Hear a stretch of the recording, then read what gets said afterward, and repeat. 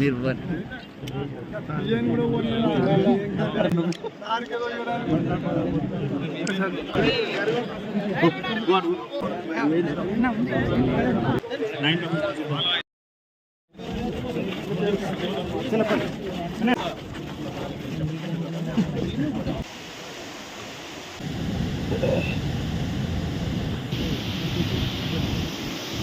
ఈరోజు శ్రీపాద ఎల్లంపల్లికి సంబంధించి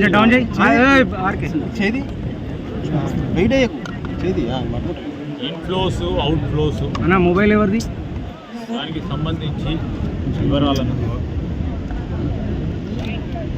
తెలుసుకోవడానికి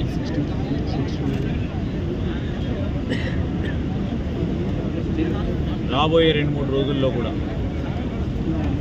అధిక వర్షాల వల్ల ఎగువ ప్రాంతం నుంచి వచ్చే నీటి ప్రవాహానికి సంబంధించి ఆ వరదకు సంబంధించిన అంశం విషయంలో మా సోదరులు రామగుండం శాసనసభ్యులు రాజ్ ఠాకూర్ గారితో పాటు పెద్దపల్లి కలెక్టర్ గారు, మంచిర్యాల కలెక్టర్ గారు, ఈ ప్రాజెక్టుకు సంబంధించిన చీఫ్ ఇంజనీర్ గారు, మరి అధికారులందరూ కూడా వచ్చి ముందస్తు జాగ్రత్తలు తీసుకోవాలనే ప్రయత్నం, గత అనుభవాలను దృష్టిలో పెట్టుకొని ముందస్తు జాగ్రత్త చర్యలను తీసుకోవడం మా ప్రభుత్వం ముఖ్య ఉద్దేశం. ఒక ప్రక్కన ముఖ్యమంత్రి గారు, డిప్యూటీ సీఎం గారు, సహచర ఇతర మంత్రివర్గ సహచరులందరూ కూడా భారీ వర్షాలు పడతా ఉన్న ప్రాంతాల్లో ప్రజలకు ధైర్యం చెప్పడానికి, అదేవిధంగా అధికార యంత్రాంగం అంతా కూడా ఫీల్డ్ లెవెల్లో ఉండాలని సూచించడం,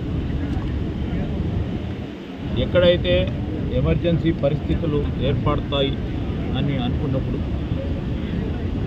ప్రజలకు చేరువలో అధికార యంత్రాంగాన్ని ఉంచి వెనువెంటనే ఏర్పాట్లు చేస్తూ గోదావరి పరిహారిక ప్రాంతానికి సంబంధించిన గ్రామాలని అప్రమత్తం చేస్తూ వారందరినీ కూడా సెన్సిటైజ్ చేస్తూ అప్రమత్తంగా ఉండాలని వారు సహకారాన్ని కోరుతూ ఈరోజు మేము ఈ ప్రాజెక్టుకు సంబంధించిన అంశాన్ని చేయడానికి వచ్చాం. ఇప్పుడే మా చీఫ్ ఇంజనీర్ గారు, కలెక్టర్స్ కూడా చెప్పడం జరుగుతూ ఉంది. పొద్దున, మధ్యాహ్నం, రాత్రి వారు ప్రత్యక్షంగా వచ్చి ఈరోజు శ్రీపాద లెవెల్స్ ఏ విధంగా ఉన్నాయి, ఎన్ని ఇంట్లో వాటర్ వస్తూ ఉన్నాయి, ఆ ఇంట్లో వాటర్కి సంబంధించి ఎన్ని అవుట్ఫ్లో వదులుతూ ఉన్నారు, కాన్స్టాంట్గా అంటే పరిహారిక ప్రాంతాల గ్రామాలను దృష్టిలో పెట్టుకొని పైన నుంచి వచ్చే వరదకు సంబంధించి ఎన్ని క్యూసెక్స్ వదలాలి అనే ఒక ప్రణాళిక సిద్ధం చేసుకొని వదులుతూ ఉన్నారు. ఇప్పుడు శ్రీపాద ఎల్లంపల్లిలో దాదాపు 14.7 టీఎంసీ నీటి నిల్వను, ఇంకా పైనుంచి వచ్చే ప్రవాహాన్ని వెనువెంటనే ఎంత వస్తే అంత వదిలే కార్యక్రమం పెట్టుకున్నారు. దీని కెపాసిటీ 20 లక్షల క్యూసెక్. ఈ 20 లక్షల క్యూసెక్స్ సంబంధించి ఇప్పుడు దాదాపు 14,70,000 వరకు, సారీ కాదు 14,70,000, ఇంకా 5 లక్షల వరకు మనకు ఉంది కుషన్, 5 టీఎంసీ కుషన్ ఉంది.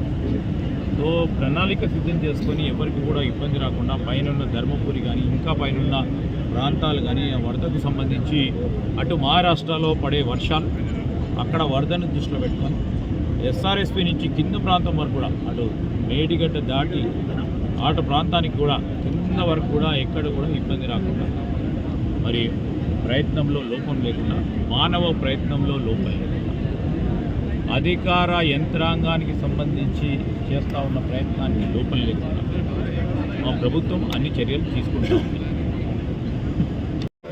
బండ్లవాగు ప్రాజెక్టుకు సంబంధించి 21L, 27L, 17L సంబంధించిన డిస్ట్రిబ్యూటరీస్ వాటన్నిటిని కూడా మేము రాబోయే ఒక నెల 2 నెలల కాలహయంలోనే అవన్నిటిని కూడా ప్రారంభోత్సవం చేయడానికి అన్నీ సిద్ధం చేస్తూ ఉన్నాం. ఈరోజు ఈ ఎల్లంపల్లికి సంబంధించి శ్రీపాద ఎల్లంపల్లికి సంబంధించి కూడా ఇంకొద్దిగా పనులు మిగిలి ఉన్నాయి.